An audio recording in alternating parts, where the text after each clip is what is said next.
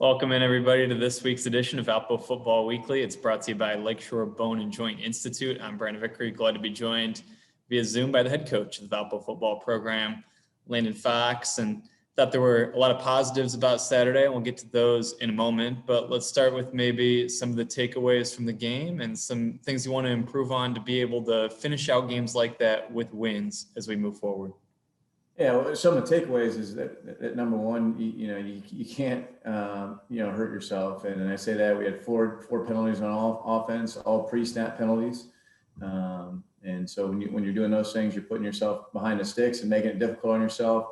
Defensively, we do get a turnover, and then we get a personal foul. We had the ball on the 29-yard line, and back it up to the 50, and so it's just too many self-inflicted wounds in terms of just not being able to take advantage of the opportunities that we have. I mean, we get 3 turnovers on defense and only leads to 11 points offensively. And so you have to be able to capitalize on that. To me, don't beat yourself. You got to make your opponents do that. And at times we made it too easy for them, both offensively and defensively, and in the kicking game. You think about it in the kicking game. Yeah, we did some good things in terms of a block punt and a snap over the head and a safety. But at the same time, they're kicking off from the 20-yard line 2 different times, and we only get it to the 35-yard line. And so you got to put pressure on them from a field position standpoint. So just taking advantage of the opportunities that we have is key. And I was telling the guys that, just be you. Don't try to do more than that. I think at times we're trying to do more than what we're asking to do. You mentioned the 3 takeaways. 2 of them fumbles recovered by Austin Martens, and he had 6 tackles, 5 solos.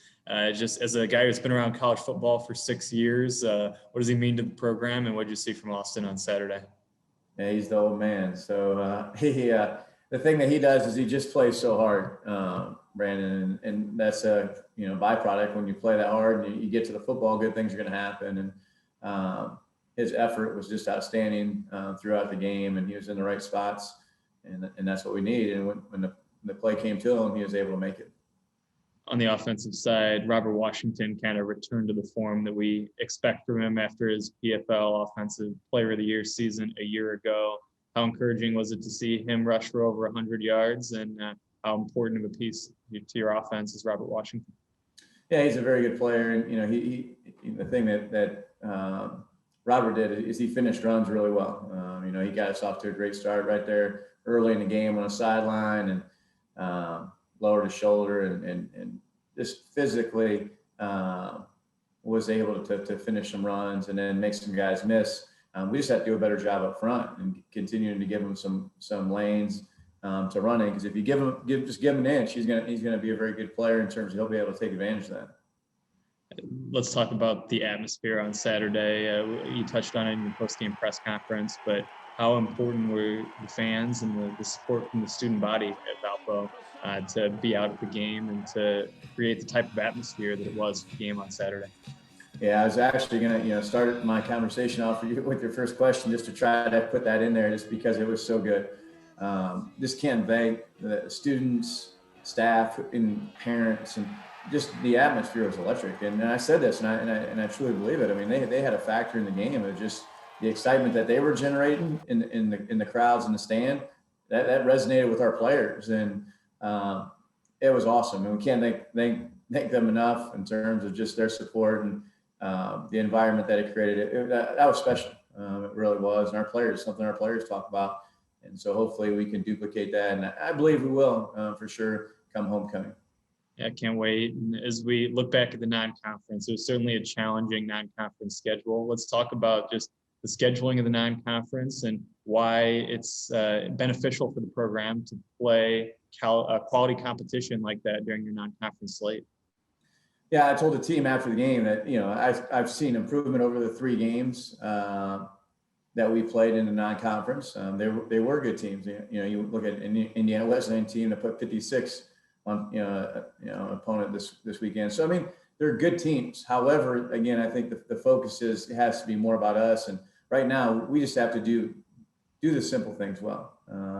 There's some plays that you'd see this last week if we just cover our man. And to me, just look at your man, have the right discipline, eye control, good things will happen. In the blocking scheme, you just had to get to this guy. and don't make it harder than it has to be. And then to me, it's more about us than maybe it is the non-conference. But sure, I mean, the more competitive teams you're going to play, I think it forces you to execute at a higher level. And so that should prepare us for league play starting this week against Drake. Let's talk about Drake. I know you're focused on your team first and foremost, but I do want to ask you about the opponent. You split with Drake a year ago, first ever win in Des Moines, the last matchup against the Bulldogs. What can you tell us about this year's edition of the Drake Bulldogs? Yeah, Drake is always a big and physical team, well coached, and that physicalness stems from the fact that they're starting out their 22 starters, 9 of them are fifth-year seniors, and then they have another number of seniors on top of that, and so over half their starters are seniors, and to me that's how you play good football is you play with guys that have been in the system for a long period of time, and that's what you see on film. A team that's well coached both offensively and defensively. Defensively, they're always going to be in the right spots. And then it's going to come down to a game execution. There is the head coach of the Valpo football program, Landon Fox. Again, conference play starts this week at Drake. It's a noon kickoff, and you can catch the game on ESPN3. For all the latest in Valpo football, you can always check out valpoathletics.com or follow the team on social media. Once again, this has been Valpo Football Weekly. It's brought to you by Lakeshore Bone and Joint Institute.